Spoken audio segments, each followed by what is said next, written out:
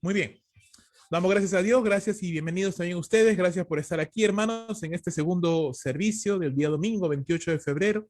Vamos a tener un tiempo de la palabra del Señor, para compartir la palabra del Señor antes de poder entrar a compartir o a celebrar lo que conocemos como la Cena del Señor. Y para esto estamos siguiendo una serie de enseñanzas que ya tienen bastantes meses, hablando acerca de la iglesia, ¿verdad? Hablando acerca de cómo podemos ir adecuándonos o ir alineándonos a lo que el Señor espera que sea su iglesia. Y el día de hoy queremos hablar acerca de una iglesia que paga el precio, una iglesia que paga el precio. Y para ello, por favor, acompáñeme a Segunda de Corintios, capítulo número 5, versículo 20. Y ahí un momento nos vamos a detener porque vamos a leer realmente los dos versículos finales del capítulo 5 y después los 13 primeros versos del capítulo número 6. Es decir, Segunda de Corintios capítulo 5, desde el verso 20 hasta Segunda de Corintios capítulo 6, versículo 13. Es lo que vamos a estudiar en esta oportunidad, en esta noche. Si pudiéramos definir o pensar un poco acerca de, o introducir lo que quiero compartir con ustedes, lo que podría decirles, hermanos, es que servir a Dios implica pagar un precio. Eso creo yo que todos aquellos que ya tenemos un poquito de tiempo en el Señor y que estamos sirviéndole al Señor de alguna manera u otra, ya sabemos, conocemos y entendemos que servir al Señor implica pagar un precio. Tiene sus dificultades, tiene sus retos, tiene sus desafíos. Es un gran privilegio, es muy hermoso, es precioso servir a Dios, pero hay un precio que pagar. Agradar al Señor, cumplir la gran comisión, ser de bendición para otros, sean personas incrédulas o sean creyentes hermanos en la iglesia, no es sencillo. No es sencillo, hay una presión, hay un trabajo extra, hay un esfuerzo, hay una demanda que es necesario que podamos entender, asumir y tomar. Sin embargo, hermanos, a pesar de que pagar el precio no es sencillo, es la única forma por medio de la cual, uno, la iglesia va a crecer, dos, el liderazgo de la iglesia va a ser realmente un liderazgo saludable y un liderazgo que realmente impacte en la vida de otras personas. Es decir, no puede haber un auténtico liderazgo, no puedo ejercer un verdadero liderazgo, mi liderazgo va a perder fuerza, va a perder impacto, va a perder influencia en las personas a las cuales se supone que tengo que liderar si no pago o si no estoy dispuesto a pagar el precio. Si no estoy dispuesto a pagar el precio como persona, como líder, entonces mi liderazgo va a sufrir. Mi impacto sobre las personas va a ser mucho menor, no voy a ser de bendición para ellas. Viéndolo a nivel de la iglesia, si la iglesia en su conjunto no está dispuesta a pagar el precio, entonces, hermanos, la iglesia no va a crecer. Y no solo no va a crecer, sino que va a empezar a menguar, va a debilitarse. Y estoy seguro que usted y yo no queremos eso. Hoy quiero mostrarte ahí en pantalla la agenda, ¿no? Lo que hoy día vamos a estudiar. Y es un poco la división del texto que hemos considerado en esta noche. Y la agenda, pues, nos muestra tres puntos principales. Pagar el precio de cumplir la gran comisión. Eso es lo primero que uno tiene que entender. Pagar el precio de cumplir la gran comisión. Capítulo 5, verso 20 hasta el capítulo 6, versículo 2. Pagar el precio de cumplir la gran comisión. Segundo punto que voy a considerar con ustedes, pagar el precio de dar un buen testimonio. Pagar el precio de dar un buen testimonio. Capítulo número 6, desde los versos 3 al verso 10. Y por último, pagar el precio del rechazo de las personas. ¿Sí? Hay un componente allí cuando tratamos con personas, y eso lo vamos a ver desde el capítulo 6, versículo número 11 hasta el versículo 13. Entonces, estos tres puntos: pagar el precio de cumplir la gran comisión, pagar el precio de dar un buen testimonio a las personas y por último, pagar el precio de recibir el rechazo de algunas personas que se opongan, menosprecien o ignoren el trabajo, el servicio que estamos haciendo. Entramos entonces de lleno al primer punto y le pido por favor que usted me acompañe a leer Segunda de Corintios capítulo 5, el texto que les dije al inicio, versículo número 20 en adelante. Vamos a leer, ahí también seguramente lo va a poder ver en pantalla para que si tal vez usted no tiene Biblia a la mano, o está en una movilidad o algo, pues ahí lo puede ver y escuchar. Dice la palabra del Señor. Por lo tanto, somos embajadores de Cristo, como si Dios rogara por medio de nosotros. En nombre de Cristo os rogamos, reconciliaos con Dios. Al que no conoció pecado, le hizo pecado por nosotros, para que fuéramos hechos justicia de Dios en él. Y como colaboradores con él, también nos exhortamos a no recibir la gracia de Dios en vano, pues él dice, en el tiempo propicio te escuché y en el día de salvación te socorrí. He aquí, ahora es el tiempo propicio, he aquí, ahora es el día de salvación. Pablo, ¿qué nos enseña, hermanos? En primer lugar, Pablo visualiza a los creyentes, ¿no? Ve a los creyentes, a los siervos de Dios, a los siervos del Señor, a los creyentes, a los cristianos, los visualiza de dos maneras. Hay dos figuras muy grandes acá. Uno, como embajadores, y segundo, como colaboradores, como trabajadores, como embajadores, como colaboradores. Y cada una de estas dos figuras nos muestran y nos enseñan algo que nosotros tenemos que tener en cuenta. Como embajadores, lo primero, como embajadores, ¿qué nos enseña? Bueno, en primer lugar, que somos embajadores del maravilloso mensaje de la salvación. Y como embajadores, ¿qué era un embajador? Sobre todo en los tiempos bíblicos. Un embajador era simplemente un siervo, un servidor, pero un servidor que tenía autoridad delegada del rey, que enviaba a este siervo a alguna misión específica. Entonces, un embajador es un siervo, es un esclavo, es un siervo con autoridad delegada del rey, de un rey. Un embajador es una persona, es un siervo con autoridad delegada del rey que ha sido enviado a tierra extranjera con una misión. Que ha sido enviado a tierra extranjera con una misión específica. Por ejemplo, el embajador, no sé, el embajador de China, ahora que estamos hablando mucho de China, el embajador de China en el Perú, pues es un personaje chino que no está en su país, está en una nación extraña en Perú, cumpliendo una labor específica en representación del gobierno chino, con autoridad del gobierno chino, pues para hacer relaciones internacionales y de relaciones públicas y exteriores con el país en el cual se encuentra. En esta situación de los tiempos bíblicos era un poco distinto, pero más o menos casi la misma idea.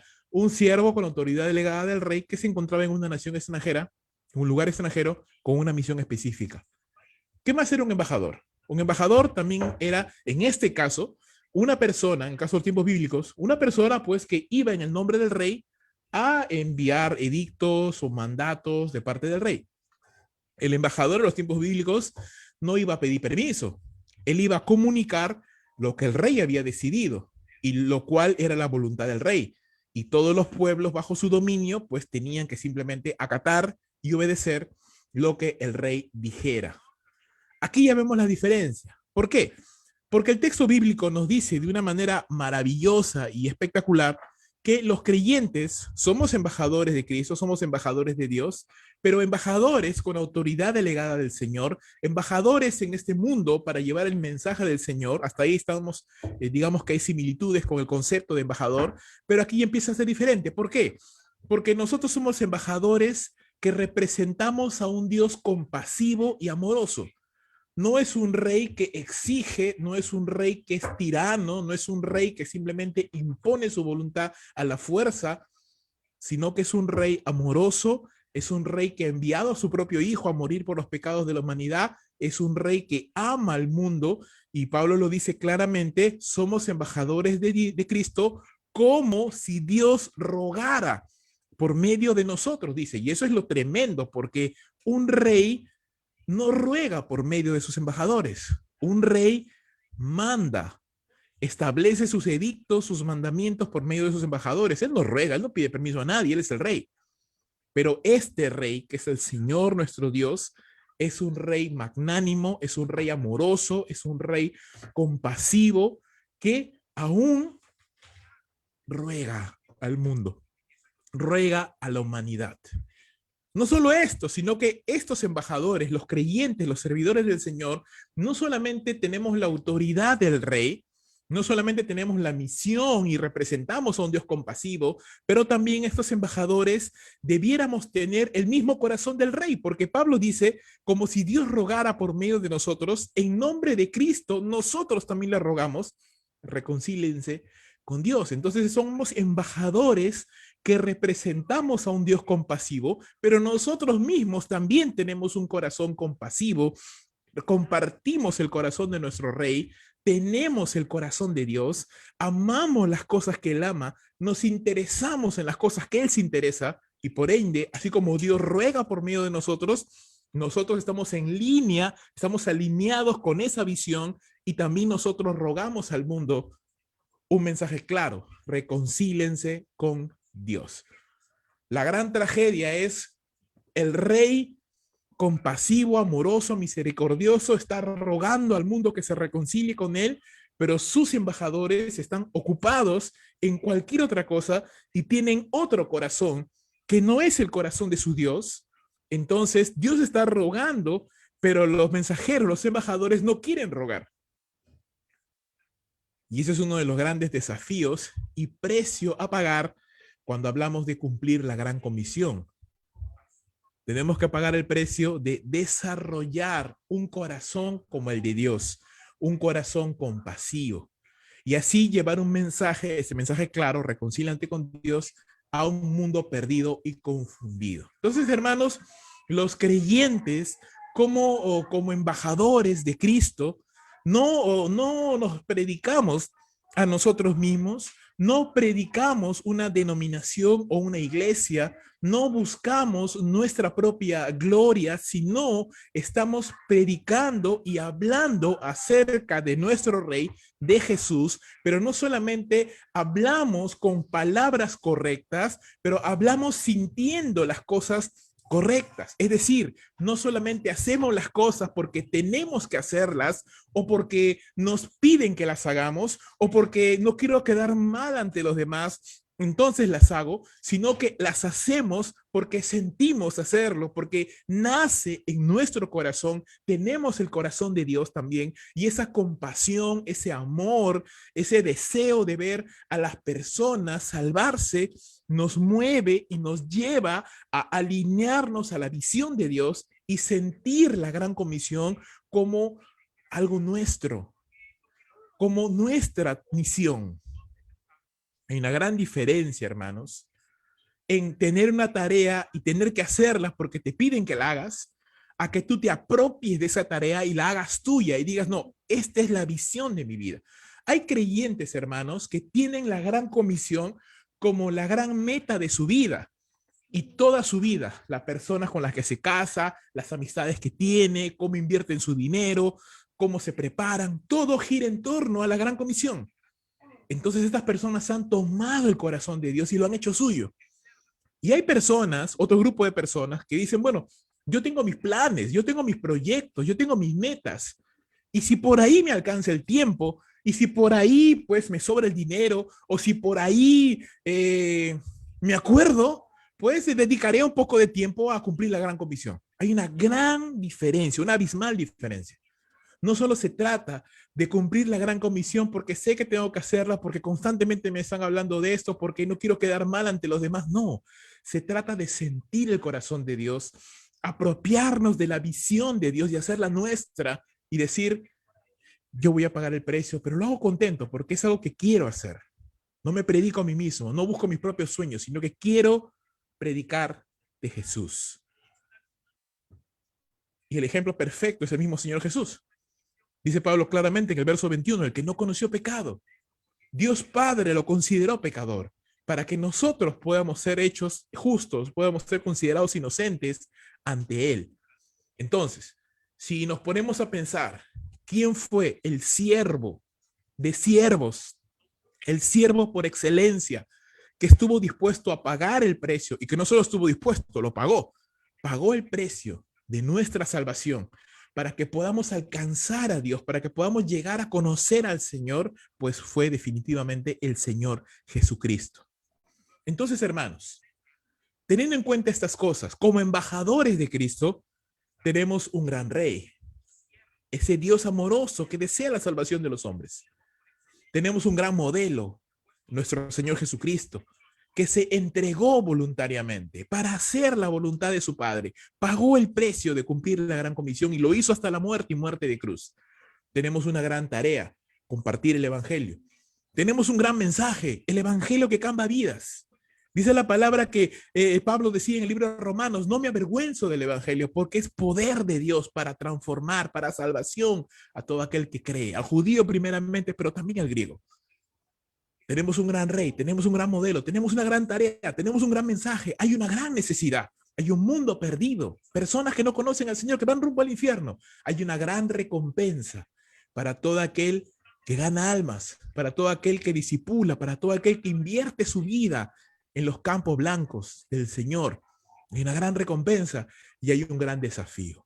Los campos blancos están así desde los tiempos del Señor Jesús. El Señor Jesús le dijo a sus discípulos, alzad los ojos y ven, los campos están blancos, están listos para la siega. Desde esos tiempos hasta el día de hoy los campos siguen blancos.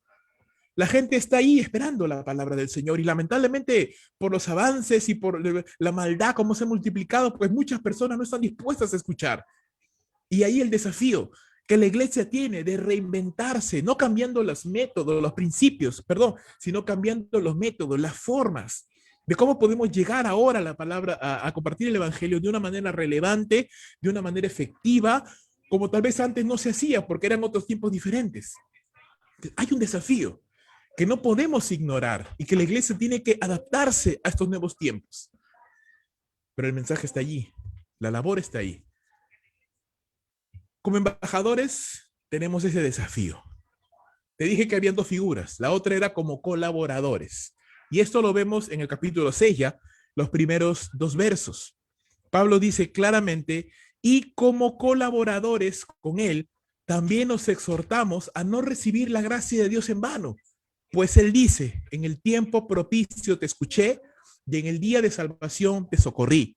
He aquí, ahora es el tiempo propicio, he aquí, ahora es el día de la salvación. Como colaboradores, ¿sí? Primero vimos la figura del creyente como embajador. Como colaborador, ¿qué significa? ¿Qué era un colaborador? Alguien que trabaja junto a otra persona. Un colaborador, un colega. Entonces, mira qué precioso privilegio nos da Dios de que podamos considerarnos colaboradores del Señor. Él no tiene necesidad de colaborador alguno. Es más, un famoso autor decía, Dios pudiera decir, ¿sabes qué? Apártense, ustedes no saben hacer las cosas, déjenme, yo lo voy a hacer. Y Él lo haría tranquilamente y lo haría muchísimo mejor que nosotros, compartir el evangelio a las personas. Pero Él nos da el privilegio, a usted y a mí, de participar en la obra de la gran comisión. Y por ello Pablo nos considera, nos ve como colaboradores. Ahora, esto tiene un concepto implícito también. Un colaborador o la idea de un colaborador está relacionada a la idea de un trabajo. Por supuesto, tú no puedes ser colaborador de alguien para no hacer nada. No, si colaboras para hacer algo, para lograr un propósito, para alcanzar un objetivo, para cumplir una tarea. ¿Verdad? ¿Qué significa esto? Significa, hermano, que la obra del Señor no es un hobby, no es un pasatiempo que uno toma pues cuando ya está desocupado, ¿verdad? Todo el día estoy ocupado haciendo mis cosas y por ahí cuando ya tengo tiempo libre, estoy ahí sin saber qué hacer un par de horitas o una horita, media horita, bueno, ya ahí me voy a poner a pensar realmente en la obra del Señor. No, en la gran comisión, el trabajo, la obra del Señor, el ministerio, no es un hobby, no es un pasatiempo para gente que en algún momento no tiene algo que hacer. La obra del Señor es la misión y el trabajo de nuestras vidas. Quiero ponértelo en perspectiva. Usted tiene una profesión, usted tiene una carrera, usted tiene unos estudios o una empresa, un negocio, un oficio, lo que sea, no interesa. Es algo que Dios le ha dado, un talento para que usted pueda salir adelante, usted pueda vivir. Y gracias a Dios por eso. Gracias a Dios que Él nos da poder para hacer riqueza, para poder vivir. Está bien. Pero te digo una cosa, el día que nosotros vayamos a la presencia del Señor, no nos vamos a llevar nuestros títulos, ni nuestras carreras, ni nuestros negocios, ni nuestras empresas, ni nuestro asiento de oficina, ni nada de eso. Todo eso se queda acá en la tierra, todo eso es terrenal. Pero ¿cuántas personas evangelizamos? ¿A cuántas discipulamos? ¿A cuántas entrenamos y trajimos a los pies del Señor? ¿Cuántas cristianos edificamos con la palabra? ¿A cuántos niños enseñamos? ¿A cuántos jóvenes guiamos en el camino del Señor? ¿A cuántos creyentes aconsejamos? Eso tiene impacto eterno. Usted puede lograr en su trabajo proyectos grandes y gloria a Dios por eso, gracias al Señor, porque le da inteligencia, le da inventiva, le da pues sabiduría para hacerlo. Está bien, perfecto, y hágalo y tiene que hacer su trabajo con excelencia. Nadie dice lo contrario. Pero nunca olvide que eso que usted está haciendo y que a veces nos desvivimos por eso, por nuestros negocios, nuestros trabajos, al punto que descuidamos la obra de Dios, eso solamente tiene impacto en esta vida. El día que usted cierra los ojos para ir a la presencia del Señor, en ese mismo instante, deja de importar su trabajo, su negocio, sus títulos y todo lo que usted haya conseguido o aquello que usted esté persiguiendo. Pero lo que hizo en esta tierra, a cuánta gente evangelizó, a cuántos discipuló, a cuántos compartió la palabra, a cuántos enseñó, cuánto usted se esforzó por el gran trabajo de la gran comisión, eso permanecerá en la eternidad. Porque allá en los cielos estarán las personas que usted evangelizó, aquellos a los cuales usted predicó, aquellos a los cuales usted edificó, aquellos a los cuales usted discipuló, aquellos a los cuales usted sembró la palabra de Dios. Eso tiene impacto eterno. Pregunta, ¿para qué usted se está esforzando? ¿En qué usted está invirtiendo su tiempo? ¿En lo que tiene impacto eterno o en aquello que va a desaparecer con el paso del tiempo y al que nadie le importa? La obra del Señor no es un hobby, no es un pasatiempo. Debe ser la misión y el trabajo de su vida. Aquello que sea la meta, el proyecto más importante de su vida. Y eso significa que usted le tiene que dedicar tiempo. Significa que usted tiene que sembrar tiempo, talento, dinero, esfuerzo, diligencia. Por eso dice Pablo, exhortamos, no reciban la gracia de Dios en vano. Mira, te voy a leer este pasaje, el verso número 1, en la Nueva Traducción Viviente. Pablo dice, como colaboradores de Dios, les suplicamos que no reciban este maravilloso regalo de la bondad de Dios y luego no le den importancia. ¡Wow! ¡Qué tremendo! Hay dos cosas en las cuales un siervo del Señor debe estar rogando siempre. Dos cosas. Uno, rogamos a los incrédulos. Reconcílate con Dios, arrepiéntete de tus pecados, no tienes por qué ir al infierno. Ven, te presento a Jesús que murió en la cruz para la salvación de tus pecados. Te ruego en el nombre de Jesús, arrepiéntete de tu maldad, arrepiéntete de tus pecados, de tu vida perdida. Y también rogamos a la iglesia. Por favor, hermanos, no tomen la gracia de Dios en vano. Tú has sido salvado. Vive y dale importancia a la salvación que Dios te ha dado. Él te ha salvado. Él te ha rescatado del infierno. Te rescató, como dice Pedro, de vuestra vana manera de vivir, la cual heredamos de nuestros padres, pero no para seguir viviendo una vida vana, sino que te rescató ahora para que anuncies las virtudes de aquel que te llamó de las tinieblas a su luz admirable. En otras palabras, te rescató para que vivas una vida que valga la pena. Dos cosas en las cuales el siervo del Señor tiene que rogar. Rogamos a los incrédulos para que sean salvos, rogamos a la iglesia para que vivan una vida relevante y trascendente. Ese es el precio que todo servidor del Señor tiene que pagar.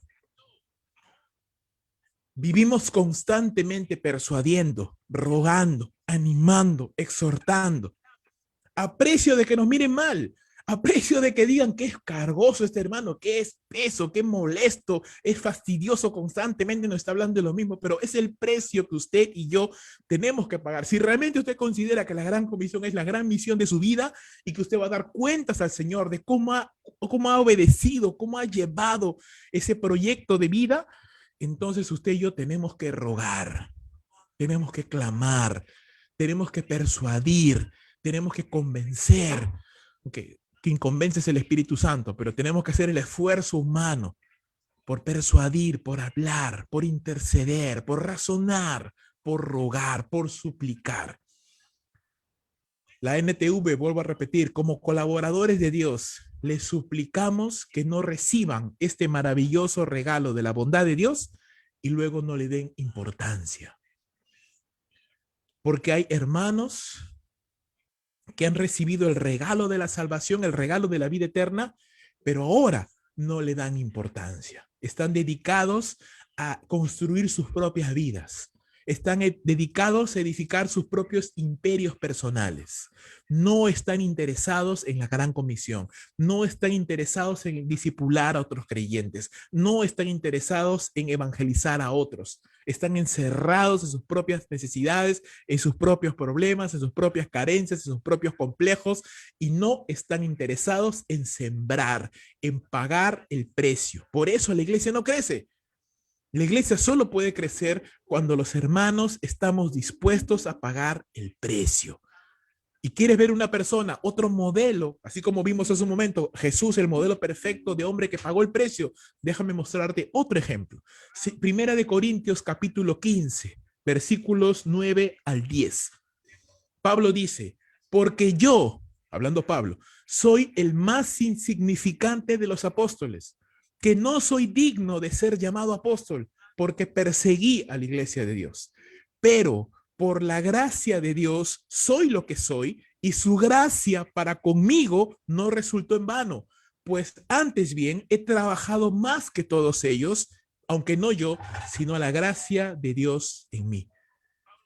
Pablo hace un instante está diciendo a los corintios, hermanos, no reciban la gracia de Dios en vano. No reciban la gracia de la salvación y no la tengan después en importancia, no la tengan en poco. Y ahora vemos su propio ejemplo. Él dice, lo que es yo no la tuve en poco. Yo recibí la gracia de Dios y la aproveché al máximo. Yo recibí esta segunda oportunidad en mi vida porque estaba perdido, mi vida estaba arruinada, mi matrimonio destruido, estaba preso de adicciones, preso de inmundicia, con la mente perdida, completamente descarrilado, egoísta, duro de corazón, cegado a mis pecados. Estaba rumbo a la justa condenación, como están todas las personas que no conocen al Señor, van rumbo a su justa condenación, porque están perdidos, como todos los seres humanos.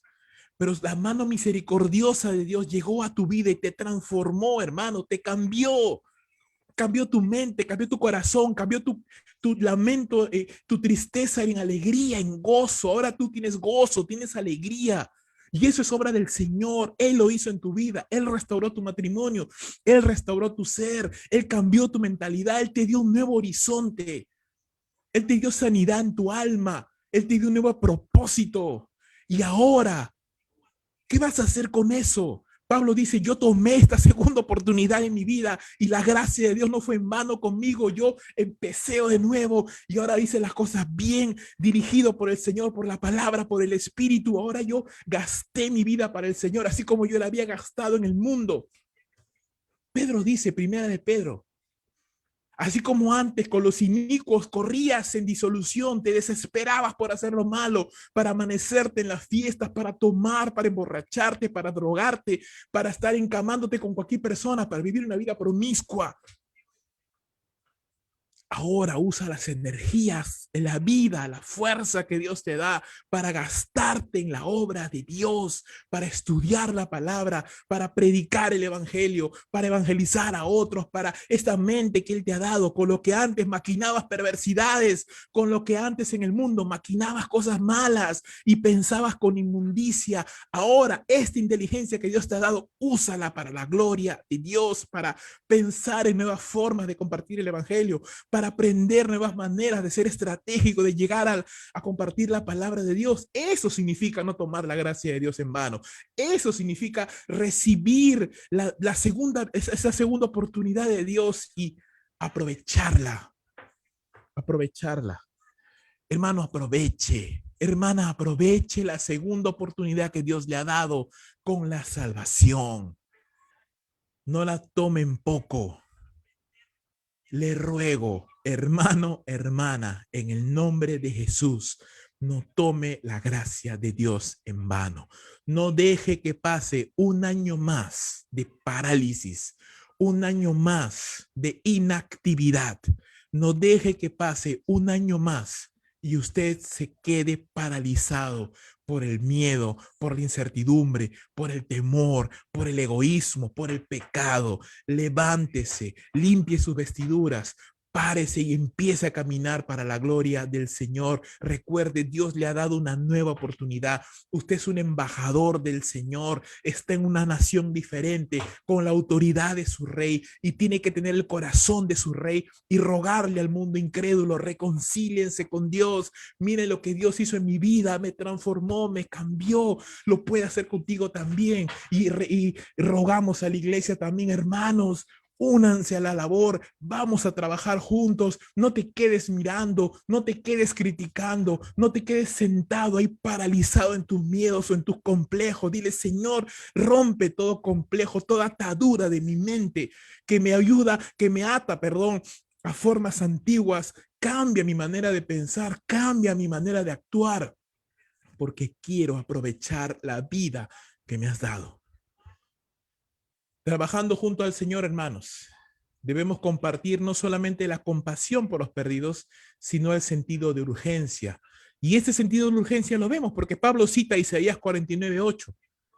Isaías 49:8 fue citado originalmente refiriéndose al Mesías, pero Pablo lo toma inspirado por el Espíritu Santo y ahora lo dirige a toda persona que tenga necesidad del Señor. Por eso es que ahora Pablo dice: en el tiempo propicio te escuché, en el día de salvación te socorrí.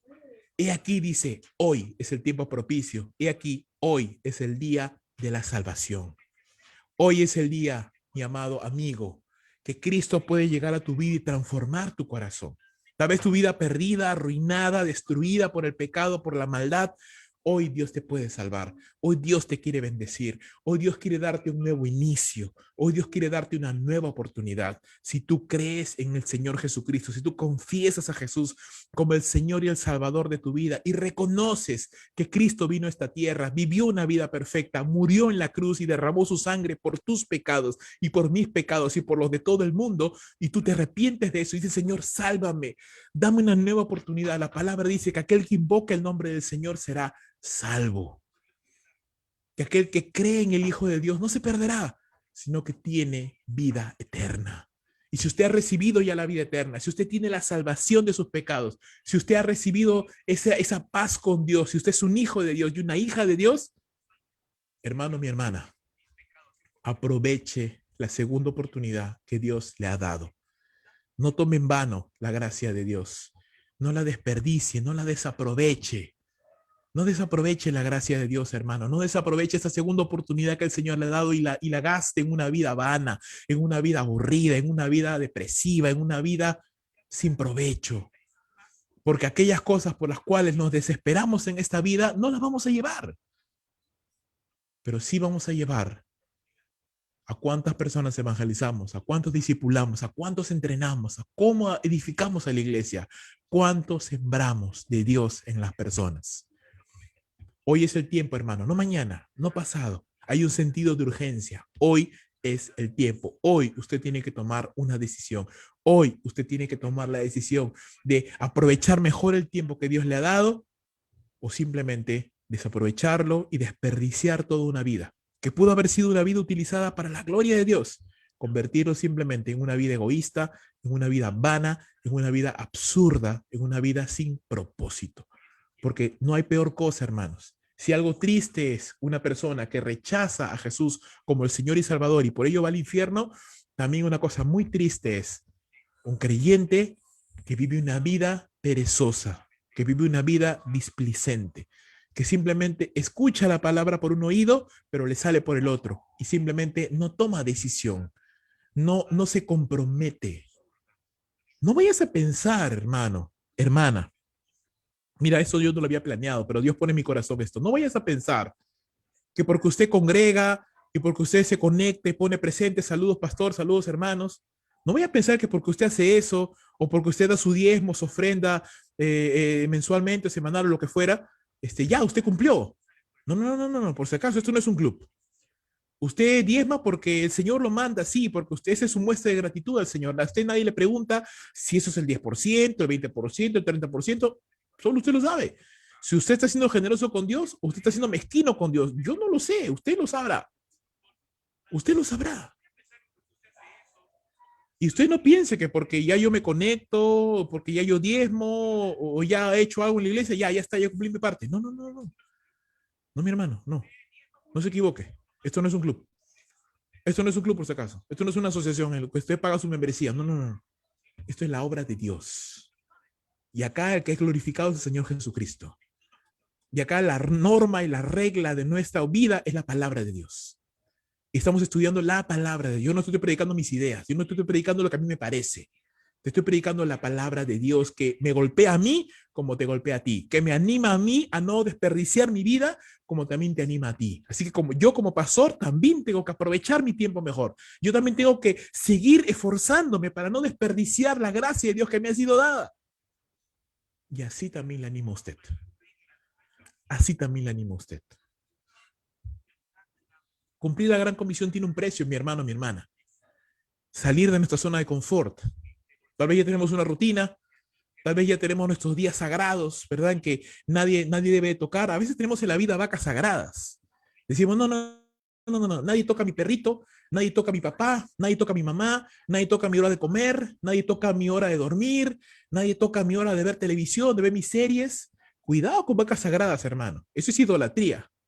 El creyente no tiene vacas sagradas. Si usted tiene que un día quedarse sin comer por servir al Señor, pues hágalo, no se va a morir. Si un día usted tiene que amanecerse o quedarse más horas de levantado porque tiene que hacer algo, porque está preparando algo para el Señor, pues hágalo. Por un día que se amanezca no se va a morir. El creyente no tiene vacas sagradas. Y si usted tiene vacas sagradas, usted es un idólatra. Usted es un idólatra. Salir de nuestra zona de confort, pagar el precio, ensanchar nuestro corazón para no ser egoístas. No solamente pensar en lo que a mí me conviene, sino pensar en qué es lo que Dios quiere. No lo que a mí me conviene, qué es lo que Dios quiere. ¿Qué es lo que Dios quiere que hagamos? No lo que a mí me conviene, no lo que yo quiero. Porque, hermano, si tú me preguntaras a mí qué es lo que yo quiero ahorita yo quiero estar echado en mi cama durmiendo. Tengo mucho sueño y estoy muy cansado y me duele la espalda como no te imaginas. Mejor aún, me gustaría estar ahorita en una playa, al borde de un río descansando, unas vacaciones así, un año sabático, todo pagado. Es lo que yo quisiera. Pero ¿a quién le importa lo que yo quiero? No me interesa lo que yo quiero. Es por todo lo que Dios quiere. Y Dios quiere que esté predicando su palabra acá. Así que acá estamos. Cumplir la gran comisión tiene un precio. Orar y ser sensibles a las necesidades del mundo perdido. Dar de nuestras propias finanzas, con las que Dios nos bendice, para el avance de la obra. La obra no avanza por magia. Los creyentes tienen que dar, ser generosos para que la obra avance. Aprender a compartir el evangelio de diversas maneras. Buscar compartir el evangelio en todo tiempo que podamos. Entonces, hermanos, no esperemos que cumplir la gran comisión no cambie nuestra manera de vivir, pues la va a cambiar. Si tú esperas que puedas servir al Señor sin alterar tu agenda, usted está siendo un poco ingenuo o ingenua. Si usted piensa que yo puedo servir al Señor y agradar a Dios y pagar el precio sin alterar mi agenda, usted está un poquito equivocado. Va a alterar su agenda, va a alterar su vida. Cumplir la gran comisión y extender el evangelio de Cristo tiene un precio que todos los creyentes debemos estar dispuestos a pagar. Esa es la única manera que la iglesia puede crecer y que la gloria de Dios puede ser proclamada al mundo entero. Segundo punto en el cual usted y yo tenemos que pagar el precio de un buen testimonio. Segunda de Corintios 6, versículo 3 hasta el verso 10. Leamos, hermanos.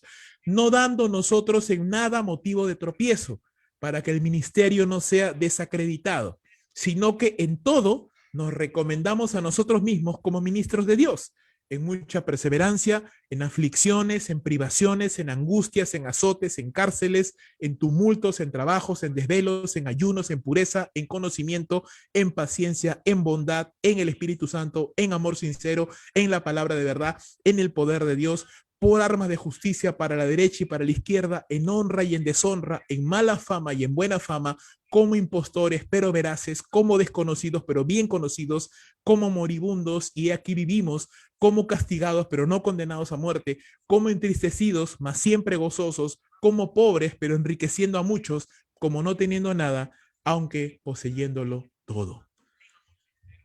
Una de las prioridades que Pablo tenía, hermanos, era de ser buen testimonio, porque él no quería que su ministerio sea desacreditado y por ende perder oportunidades de bendición a otras personas.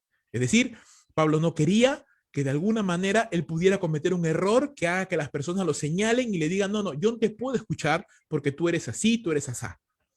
Pablo era muy cuidadoso de dar siempre un buen testimonio. Mira lo que dice la Nueva Traducción Viviente de ese verso, del verso número 3. Vivimos de tal manera que nadie tropezará a causa de nosotros y nadie encontrará ninguna falta en nuestro ministerio. En todo lo que hacemos, demostramos que somos verdaderos ministros de Dios. Qué lindo, qué bonito. Y esto es importante, hermanos. Si usted está sirviendo al Señor, si usted está sirviendo a Cristo de alguna manera, usted tiene que tener cuidado de su testimonio. ¿Por qué? Porque el mensaje muchas veces se hace poco creíble por las personas, no por causa del mensaje mismo, sino porque el mensajero lo desacredita. ¿Qué sentido tiene que yo pueda hablar de familia, que yo pueda hablar de finanzas, que yo pueda hablar de la iglesia, de la pasión, del compromiso, si yo soy una persona ociosa, impuntual, que tengo problemas en mi casa, andamos como perros y gatos, que paro endeudado, ¿me entiendes? ¿Qué testimonio estoy dando? Estoy desacreditando el mensaje y la gente no me va a escuchar, porque lo que yo digo se hace falso en mi vida. Y ese testimonio, ese mal testimonio al final es de tropiezo a las personas. Por el contrario, el currículum de vida de Pablo nos dice todo lo contrario. Nos dice algo muy diferente. ¿Cuál era el currículo de Pablo? Lo hemos leído en su momento. Dice, él era fiel a Dios con mucha perseverancia. ¿No? La Biblia dice mucha paciencia o perseverancia. Es lo mismo, la idea es la capacidad de soportar presión durante mucho tiempo. Pablo era fiel con perseverancia. Pablo era fiel en medio de aflicciones y angustias. Pablo era fiel a Dios en medio de privaciones, es decir, de escasez económica, de escasez de bienes. Pablo aún así era fiel a Dios. Pablo era fiel a Dios en medio de azotes y cárceles, es decir, en medio de la persecución por causa de la palabra, por la obra. Aún así, Pablo seguía siendo fiel.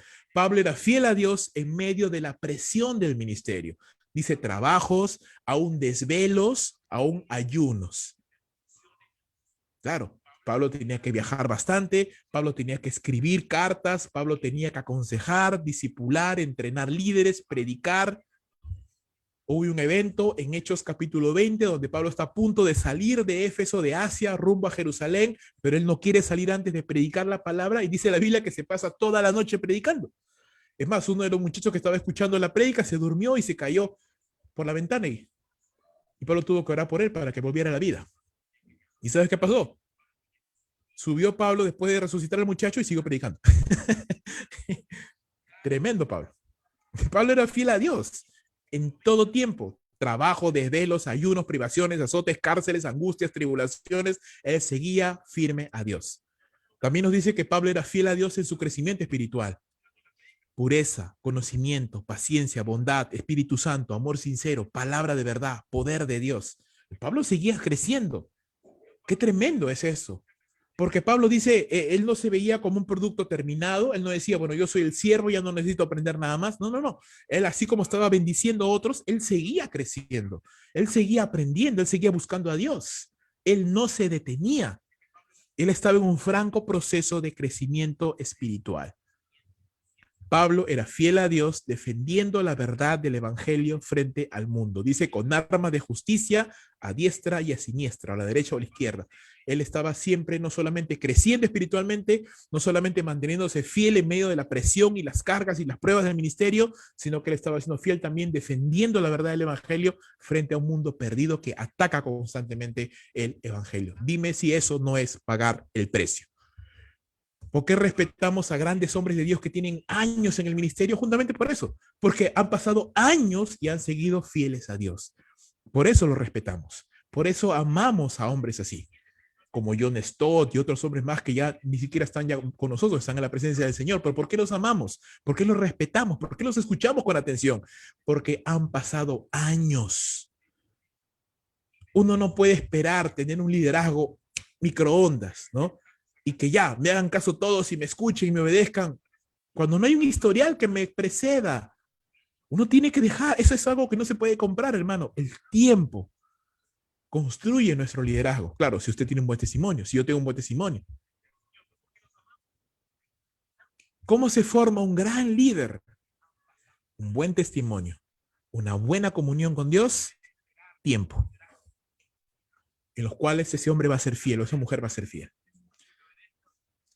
Mira lo que dice estos mismos textos, pero en la Nueva Traducción Viviente.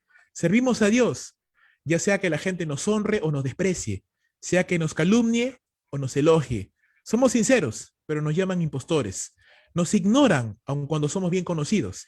Vivimos al borde de la muerte, pero aún seguimos con vida. Nos han golpeado, pero no nos han matado. Hay dolor en nuestro corazón, pero siempre tenemos alegría. Somos pobres, pero damos riquezas espirituales a otros. No poseemos nada, sin embargo, lo tenemos todo. Eso está en los versos 8 al 10, perdón, del capítulo 6. Te lo he leído en la Nueva Traducción Viviente. ¿Qué está diciendo Pablo aquí? Ya, aparte de todo lo que ha dicho, aparte de todo lo que hemos visto, dice Pablo más. Dice Pablo, él está sirviendo a Dios no por aprobación personal, no por recompensa humana, sino porque entiende que servir a Dios es un llamado sagrado, es una prioridad, es un privilegio que así nomás cualquier persona no tiene. Si usted ha sido llamado a servir al Señor, si usted está sirviendo a Dios, usted tiene un privilegio en sus manos. Usted no puede servir por ganancia personal, por aprobación personal, por recompensa o por sentirse mejor. Usted sirve porque Dios merece ser servido. Es digno de ser servido. Es digno de ser alabado. Pablo sirve a Dios aunque no reciba respuesta favorable de parte de los hombres. Es más, él dice, nos ignoran, nos difaman, nos tratan mal. Y aquí estamos, no nos agradecen, nos dan la espalda, nos ignoran, nos matamos enseñando, rogando, no nos hacen caso. Seguimos aquí, firmes al pie del cañón. Pablo sirve a Dios aunque ello le cause inconvenientes. Pablo sirve a Dios aunque ello lo agote, lo desgaste, lo fatigue. Un buen siervo de Dios, hermanos, va a dar un buen testimonio cuando sirve a Dios fielmente en cualquier momento y en cualquier circunstancia. Se mantiene firme, se mantiene adelante, sirviendo al Señor. 1 Timoteo 4:10 dice, por esto trabajamos y nos esforzamos, porque hemos puesto nuestra esperanza en el Dios vivo, que es el Salvador de todos los hombres, especialmente de los creyentes. Esto manda y enseña. No permites que nadie menosprecie tu juventud. Antes, dice, sé ejemplo, da un buen testimonio de los creyentes. ¿En cómo? En tus palabras, en cómo te conduces, en cómo amas, en cómo es tu fe, en tu pureza. Da buen testimonio ante el mundo. Así el mundo te escuchará. Cuando ruegues, te va a escuchar. Da un buen testimonio en la iglesia. Así cuando hables, la gente te va a escuchar. La gente va a prestar atención a lo que tengas que decir y no te van a tomar en poco. Y no van a decirte, ¿qué te voy a escuchar a ti si tú no sabes nada?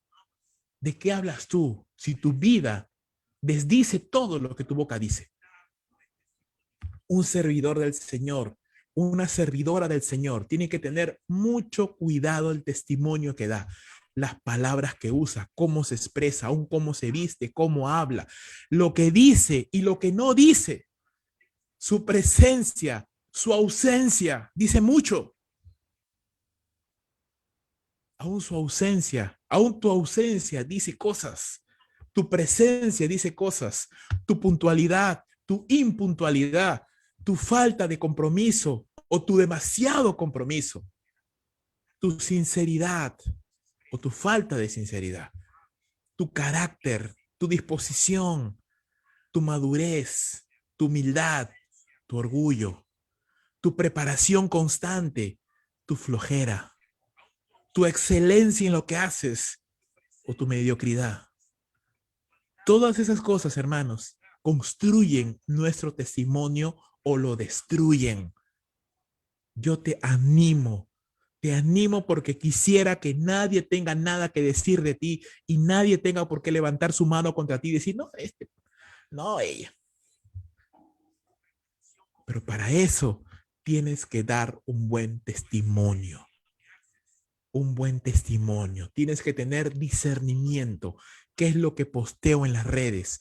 ¿Cómo me visto? ¿Cómo hablo? ¿Cómo escribo? Lo que hago, lo que no hago. Mi presencia, mi ausencia. Cuándo callar, cuándo hablar. Cuándo intervenir, cuándo no intervenir. Discernimiento, buen testimonio delante de Dios y delante de los hombres. Importante. No puedo ser de bendición a otros ni glorificar a Dios si no tengo un buen testimonio de fidelidad y de amor a Dios. Hermanos, construir un buen testimonio toma años, pero destruirlo, un segundo. Construir un buen testimonio te puede tomar años hacerlo.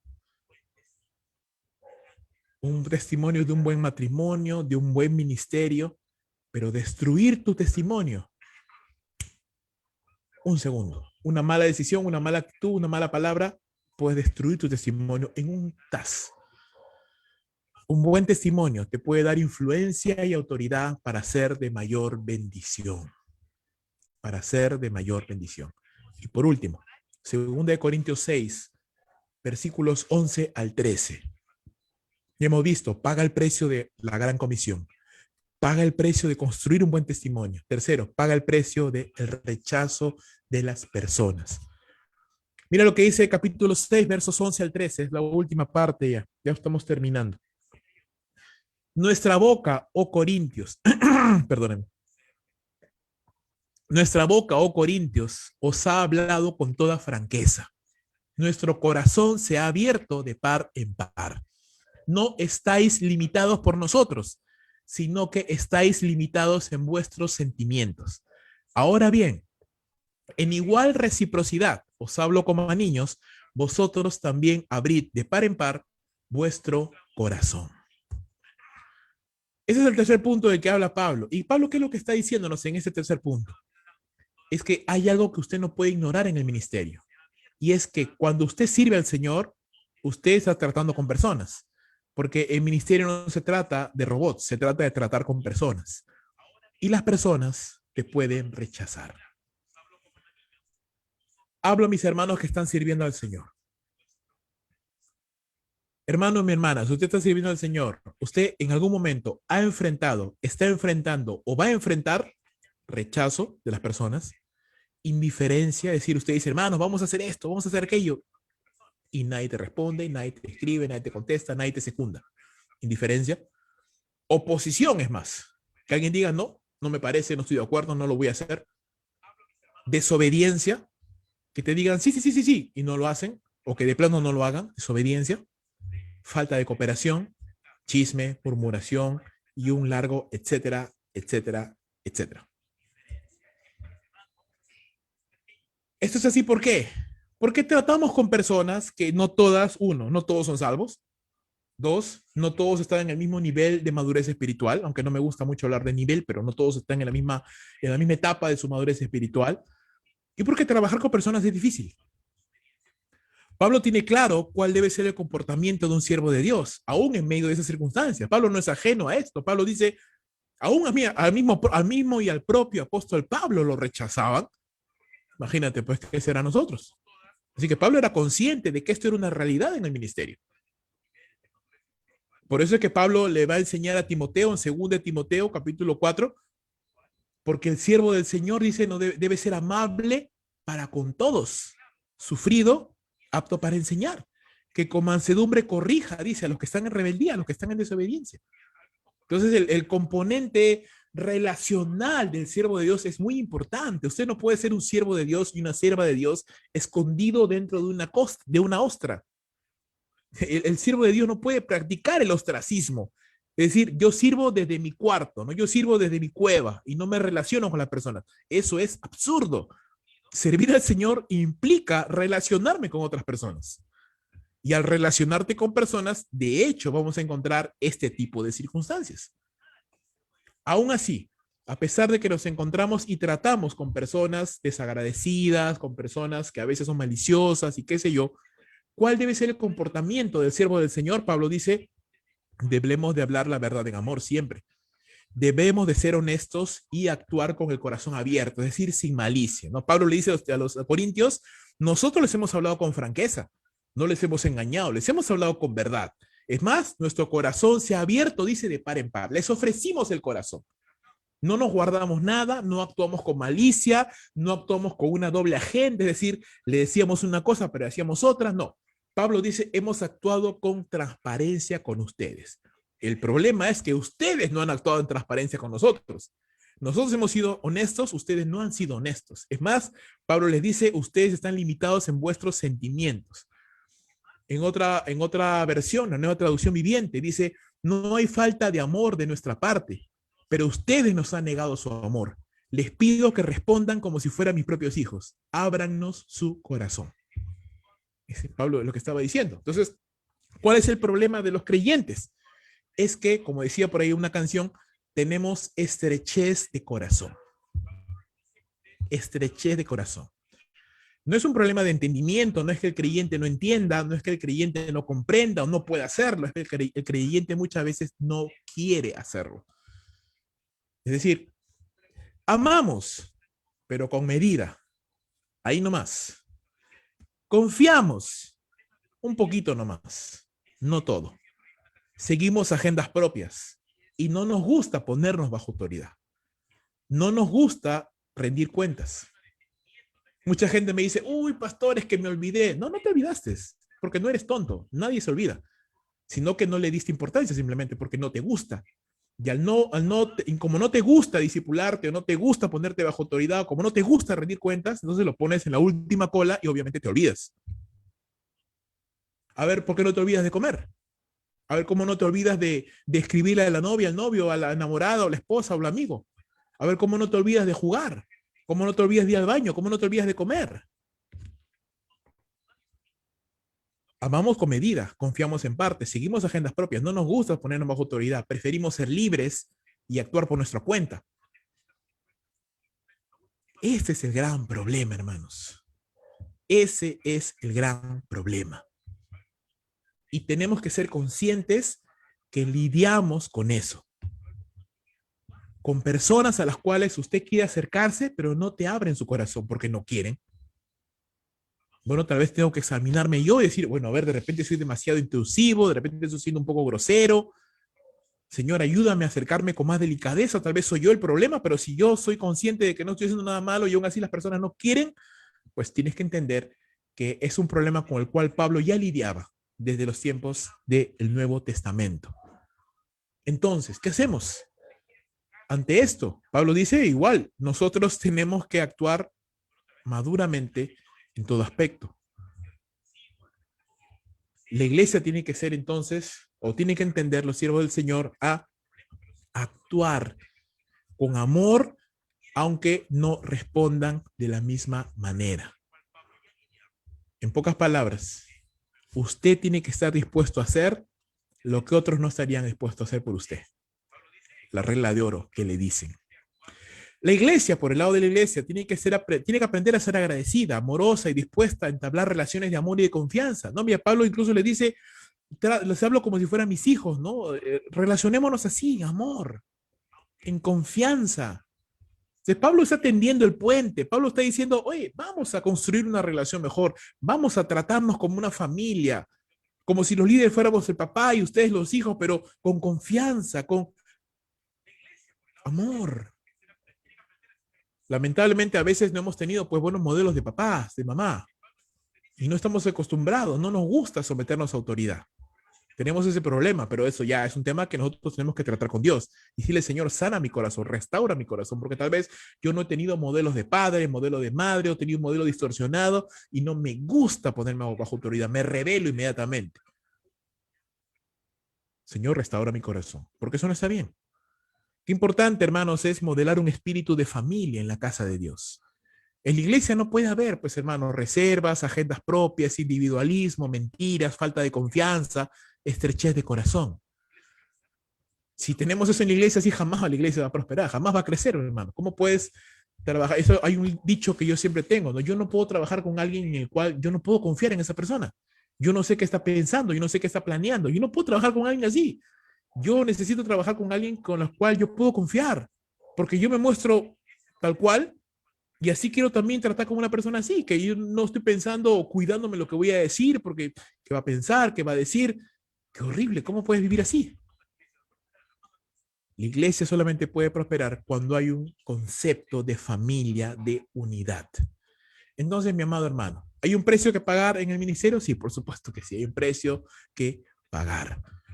Si queremos que la iglesia crezca y prospere, tenemos que pagar el precio. Debemos pagar el precio de predicar el evangelio y hacer discípulos del Señor, tomando la gran comisión como la misión de nuestras vidas, el proyecto más importante de tu vida. Y en eso tenemos que enfocarnos, porque al final eso es lo que nos vamos a llevar al cielo, no lo que está en la tierra. Debemos pagar el precio de construir un buen testimonio, siendo fiel a Dios en medio de las pruebas y en medio del cansancio y en medio de todo lo que es inherente al ministerio. Construir un buen testimonio con el paso de los años, porque eso nos va a ayudar a ser de mayor bendición a las personas. Tenemos que pagar el precio de estar dispuestos a trabajar con personas que no necesariamente te pagan como tú esperas. Aún así, siendo amables, aunque no son amables contigo, por supuesto, firmes, con amor, pero firmes, siendo amables, estando dispuesto a perdonar, dispuesto a trabajar, aunque esas personas no quieren estar dispuestas a hacerlo contigo. Por último, debemos estar dispuestos a servir a Dios con excelencia, porque recuerda, mi amado hermano, mi hermana, solo Él se lo merece, solo Él se lo merece. ¿Vale la pena, hermano, pagar el precio de servir al Señor? Yo tampoco no es que tenga tantos años sirviendo a Dios, pero en los pocos años que tengo sirviendo al Señor, aún incluso antes de ser pastor, yo te puedo decir sí, vale el precio servir al Señor. Es lo más hermoso, es lo más maravilloso a lo cual una persona puede aspirar. No me veo haciendo otra cosa, no quiero hacer otra cosa, no me interesa hacer otra cosa. Así quiero envejecer y así quiero morir, sirviéndole al Señor. Seguramente me falta aún muchísimo para aprender, pero no dejo de aprender, no dejo de querer aprender más, trato de esforzarme, trato de ser lo mejor que pueda. Muchas veces le digo, Señor, perdóname porque no puedo, pero no me rindo. Sigo una y otra y otra y otra y otra vez. Por lo menos mi convicción personal es lo que yo una vez le compartí a mi esposa, es yo quiero tratar a las personas como sé que probablemente no me tratarían a mí. Entonces, yo sé que muchas personas no me agradecerían, no importa, yo agradezco. Yo sé que muchas personas no me dirían algo, no importa, yo lo hago. Yo sé que muchas personas no serían generosas, no importa, yo lo hago igual. No estoy esperando recibir nada de nadie. Es más, no espero recibir nada de nadie, pero trato de hacer lo que otros no harían conmigo. Trato de bendecir siempre. Eso aprendí de mi pastor y eso trato de interiorizarlo como una convicción en mi vida. Hermanos y hermanas, que el Señor bendiga su santa y bendita palabra. Vamos a orar un momentito y luego vamos a pasar ya para celebrar la cena del Señor. Ya en unos minutos se están conectando, o en unos segundos ya, se están conectando los ancianos de la iglesia que van a estar ayudándome en lo que es, o que van a estar realmente ellos dirigiendo la cena del Señor. Yo voy a pasar a ser un espectador más junto con ustedes. Ellos van a dirigir la cena del Señor. Así que, pero vamos a orar primero mientras les pido ya que ellos vayan conectándose ya.